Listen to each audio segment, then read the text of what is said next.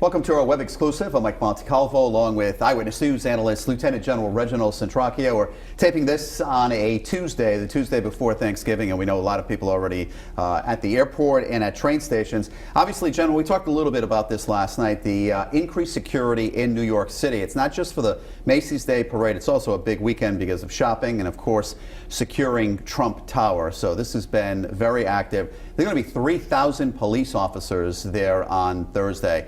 We're not going to see where they are, though, all of them. Yeah, you might see some evidence of maybe some increased physical presence, but some of them you won't see. Some will be inside buildings, on top of buildings, surveying the area on cameras that are placed throughout that entire route, as well as within the general vicinity of not only Trump Tower, but the parade route itself, and obviously the staging area and other places, too. You know, we were seeing it with the Trump Tower, too, the barricades that they've set up. They're concrete barriers that are up. You mentioned security cameras. Those are already in place. Bomb-sniffing dogs are also there. Now, we talked about ISIS in a magazine. They're encouraging people to do something with trucks. Correct. With that setup, would that help keeping trucks away? Well, you know, with that setup, we're talking about security in depth. The perimeter is in depth, meaning that they just don't have one set of cement blocks or other vehicles. It's almost impossible to move a large vehicle loaded with either some heavy equipment or whatever the case might be. But that's the last barrier, and then before that you'd have another one, then another one before that. So it's not as simple as coming in and having one barrier to obviously overcome.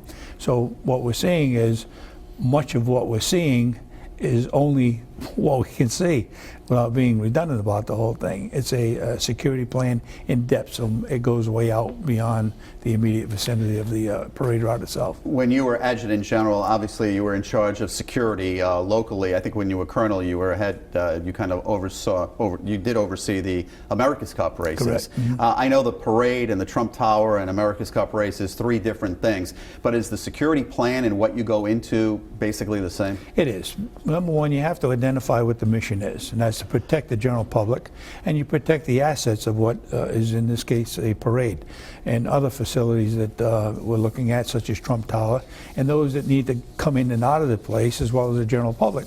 So you have a multifaceted plan that must dovetail.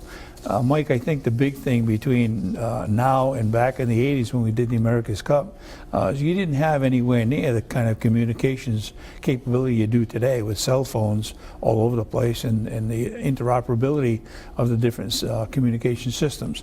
Back then you had one system for the state police and another system for the Guard, and local police would come in and enter those communications nets on occasion. So today it's a multifaceted, barrier security plan that is all brought into one place, and that's called a command and fusion center, more or less, and they take all the information and make sure that they have resources available. You're talking about communications and how things have improved, but then you look at the Boston Marathon and what could happen, and it goes back to being vigilant, knowing your surroundings and seeing people who might be doing something out of the ordinary. Exactly.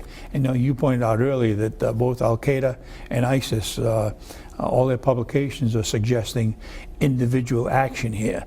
So it's almost impossible to detect something like that. On the other hand, last night they did arrest someone that was trying to come up with a plot to bomb Times Square. So I think that information came from some source on somebody giving a tip, and that's exactly what is needed to ensure that any plan has a success rate of better than 95%. Know your surroundings. If you see something that is out of the ordinary, report it to the local authorities. And that staging area that's going to be set for the performers too, that needs to be secured even more. Huge, you know, excellent point. That staging area consists of many of the vehicles that are not in the main route yet. So they need to make sure that one of those vehicles doesn't have any kind of explosive in it, and so you'll see much of the dogs involved in that and other technical capability to monitor any kind of outside interference, such as communications that is an adjacent capability beyond what we already know the frequencies would be, such as making sure that we don't have a frequency that would trigger off a bomb, and other bombs and other ordnance that might be in those vehicles must be checked before they get into the parade route. All right, General Centracchio, happy Thanksgiving. And to you too. Thank you. And to your whole for being family. here. Thank you, and thanks for watching.